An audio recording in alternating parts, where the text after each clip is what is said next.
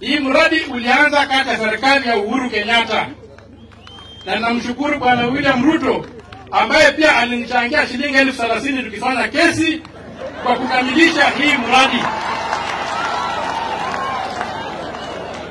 So kuna watu wanasema hapa porojo hii mradi ilianzia Mungati vile alikuwa na Kenya Kwanza meeting Mungati ni uongo. Shamba anasewa ni shamba ya wananchi tulipigania. Na hata niwaambie ukisimama imara vile nimesimama straight namna hii, hakuna mwenye leo kupanda kwa mgongo. Unajua hivyo? Kile nitaomba tu tuwe na uwazi. Watu wanasema wajue nini inaendelea, watu wa Busia wajue nini inaendelea, watu wa Kenya wajue nini inaendelea. Mambo ya kushtuliwa na maneno si mzuri. Na contractor mwenye ameingia kwa hii kiwanja hakikisha kwamba anafanya kazi kulingana na contract yake. Kama una nia ya kuiba utaumia.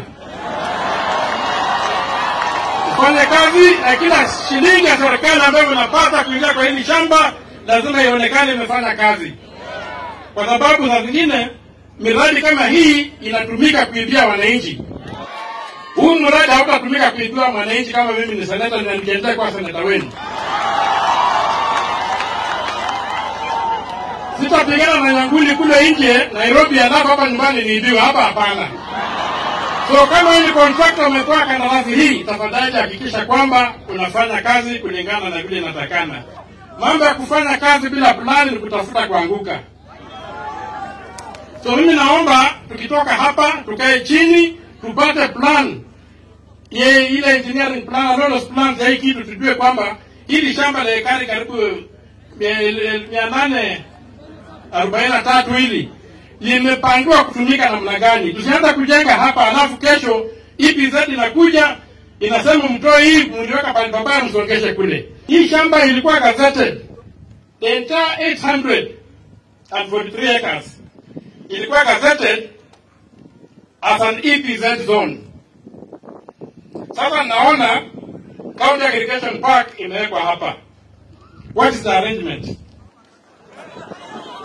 So nataka hiyo rekebisho. Sitaki kusikia kwamba serikali kuu inafanya kazi hapa na serikali ndogo pia inakuja inasema hiyo kazi sisi ndio tulifanya alafu pesa wananchi naitoa kwa hiyo confusion. Tunataka proper plan tujue mpaka ziko wapi ndio tuende mbele. Nyama ni tamu lakini mtu akikuwekea sumu itakuua. Unaelewa? So sisi tunaomba hiyo plan ya hili shamba itolewe, ifanywe public participation. Watu wakubaliana kama Industrial Park, County Aggregation Park itakuwa hapa na EPZ itakuwa hapa, iwe vizuri kwa sheria, mambo ichorwe ndio tujue kwamba pande hii ni county government, pande hii ni national government. Lakini ndio kuna kama yengera hapa mtu kakua president ni siba ande mara kwa sina kuenya kama